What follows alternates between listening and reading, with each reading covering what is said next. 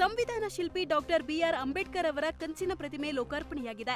ಬೆಂಗಳೂರು ಗ್ರಾಮಾಂತರ ಜಿಲ್ಲಾಡಳಿತ ಭವನದ ಮುಂದೆ ಸಿಎಂ ಡಿಕೆ ಶಿವಕುಮಾರ್, ಎಐಸಿಸಿ ಅಧ್ಯಕ್ಷ ಮಲ್ಲಿಕಾರ್ಜುನ ಖರ್ಗೆ ಸೇರಿದಂತೆ ಹಲವು ಗಣ್ಯರು ಸೇರಿ ಪ್ರತಿಮೆಯನ್ನ ಉದ್ಘಾಟಿಸಿದ್ರು.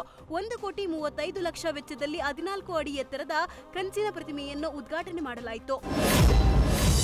ತುಮಕೂರಿನಲ್ಲಿ ಎಸ್ಐಆರ್ ಪ್ರಕ್ರಿಯೆಗೆ ಅಂತ ತೆರಳುತ್ತಿರುವಾಗ ಅಪಘಾತದಲ್ಲಿ ಸಾವನ್ನಪ್ಪಿದ ಬಿಎಲ್ಒ ಭುವನಾಳ ಅಂತ್ಯಕ್ರಿಯೆ ನೆರವೇರಿದೆ. ನೆಲಮಂಗಲ ತಾಲೂಕಿನ ವರದನಾಯಕನಹಳ್ಳಿಯಲ್ಲಿ ಒಕ್ಕಲಿಗ ಸಂಪ್ರದಾಯದಂತೆ ಭುವನಾಳ ಅಂತ್ಯಕ್ರಿಯೆ ಮಾಡಲಾಗಿದೆ. ಮನೆಯ ಪಕ್ಕದಲ್ಲಿರುವ ಹೊಲದಲ್ಲಿ ಅಂತಿಮ ವಿಧಿವಿಧಾನ ನೆರವೇರಿದ್ದು, ಮಗಳ ಮೃತದೇಹದ ಮುಂದೆ ಹೆತ್ತವರ ಆಕ್ರಂದನ ಮುಗಿಲೇರಿದೆ.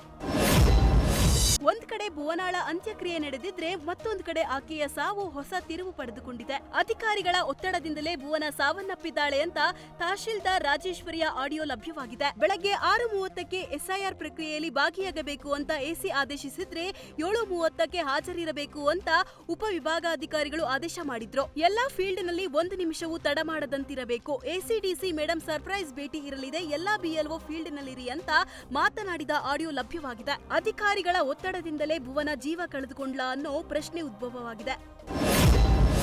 ನಿರಂತರ ಮಳೆಗೆ ಘಟಪ್ರಭಾ ನದಿಗೆ ಅಡ್ಡಲಾಗಿ ನಿರ್ಮಿಸಿರುವ ಸೇತುವೆ ಜಲಾವೃತವಾಗಿದೆ. ಇದರಿಂದ ಬೆಳಗಾವಿ ಜಿಲ್ಲೆಯ ಗೋಕಾಕ ತಾಲೂಕಿನ ಬರುವ ಸಿಂಗಲಾಪುರ ಗೋಕಾಕ ಸಂಪರ್ಕ ಕಡಿತವಾಗಿದೆ. ಘಟಪ್ರಭಾ ನದಿಗೆ ಒಳಹರಿವು ಹೆಚ್ಚುತ್ತಿದ್ದು, ಜಲಾವೃತಗೊಂಡ ಸೇತುವೆ ಮೇಲೆ ಸಂಚಾರ ಮಾಡದಂತೆ ತಾಲೂಕಾಡಳಿತ ಸೂಚನೆ ನೀಡಿದೆ.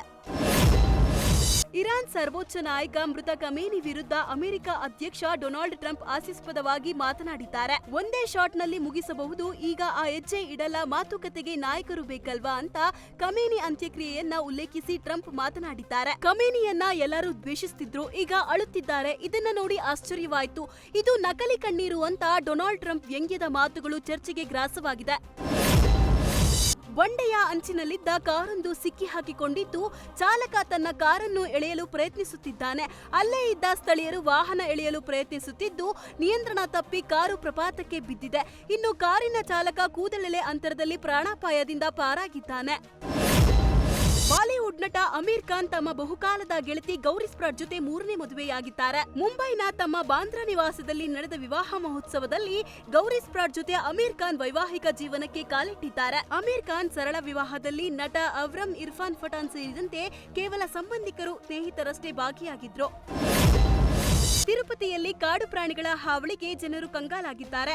ಮಧ್ಯರಾತ್ರಿಯಲ್ಲಿ ಚಿರತೆಯೊಂದು ಮನೆಗೆ ನುಗ್ಗಿ ಶ್ವಾನವನ್ನು ಎಳೆದೊಯ್ಯಲು ಯತ್ನಿಸಿರುವ ಘಟನೆ ಸಿಸಿಟಿವಿಯಲ್ಲಿ ಸೆರೆಯಾಗಿದೆ. ತಿರುಪತಿಯ ಕಾರಕಂಬಡಿ ರಸ್ತೆಯ ವೆಂಕಟಪುರದಲ್ಲಿರುವ ಉಪನ್ಯಾಸಕ ಬಾಲಾಜಿಯವರ ನಿವಾಸದಲ್ಲಿ ಘಟನೆ ನಡೆದಿದೆ. ಚಿರತೆಯು ಕಾಂಪೌಂಡ್ ಹಾರಿ ಶ್ವಾನದ ಮೇಲೆ ದಾಳಿಗೆ ಮುಂದಾಗಿದೆ. ಈ ವೇಳೆ ಆಚೆಯೇ ಮಲಗಿದ್ದ ಮನೆಯ ಮಾಲೀಕ ಶ್ವಾನ ಬೊಗಳುತ್ತಿದ್ದುದನ್ನು ಕೇಳಿ ಎಚ್ಚರಗೊಂಡಿದ್ದಾರೆ. ಈ ವೇಳೆ ಚಿರತೆ ಭಯಬಿದ್ದು ಸ್ಥಳದಲ್ಲಿ ಪರಾರಿಯಾಗಿದೆ.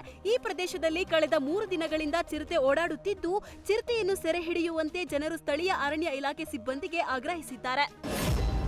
ನಾಗರಹೊಳೆಯ ಕಬಿನಿ ಹಿನ್ನೀರಿನಲ್ಲಿ ದಮ್ಮನಕಟ್ಟೆಯ ಬಳಿ ಹುಲಿ ದರ್ಶನ ಕೊಟ್ಟಿದೆ. ಸಫಾರಿಗೆಂದು ತೆರಳಿದವರು ಹುಲಿಯನ್ನ ನೋಡಿ ಖುಷ್ ಆಗಿದ್ದಾರೆ. ಮಳೆಯ ನಡುವೆ ಕೆರೆಯಲ್ಲಿ ಕೂತು ಹುಲಿ ಫೋಟೋಗೆ ಫೋಸ್ ನೀಡಿದ್ದು, ಸಫಾರಿಗೆ ತೆರಳಿದ್ದ ಪ್ರವಾಸಿಗರು ಹುಲಿರಾಯನ ಫೋಟೋ ತೆಗೆದು ಸಂತಸಗೊಂಡಿದ್ದಾರೆ. ಸರ್ಕಾರಿ ಬಸ್ಗೆ ಹೆಡ್ಲೈಟ್ ಇಲ್ಲದೆ ಚಾಲಕ ಮೊಬೈಲ್ ಟಾರ್ಚ್ ಬೆಳಕಲ್ಲೇ ಬಸ್ ಚಲಾಯಿಸಿದ್ದಾನೆ. ಕಲಬುರಗಿ ಚಿಂಕೋಳಿ ಗ್ರಾಮದಲ್ಲಿ ಕೆಎಸ್ಆರ್ಟಿಸಿ ಬಸ್ ಹೆಡ್ಲೈಟ್ ಇಲ್ಲದೆ ಸಂಚರಿಸುತ್ತಿತ್ತು. ಇದರಿಂದ bus conductor mobile torch on ಮಾಡಿ ಡ್ರೈವರ್ಗೆ ರಸ್ತೆ ತೋರಿಸಿದ್ದಾನೆ.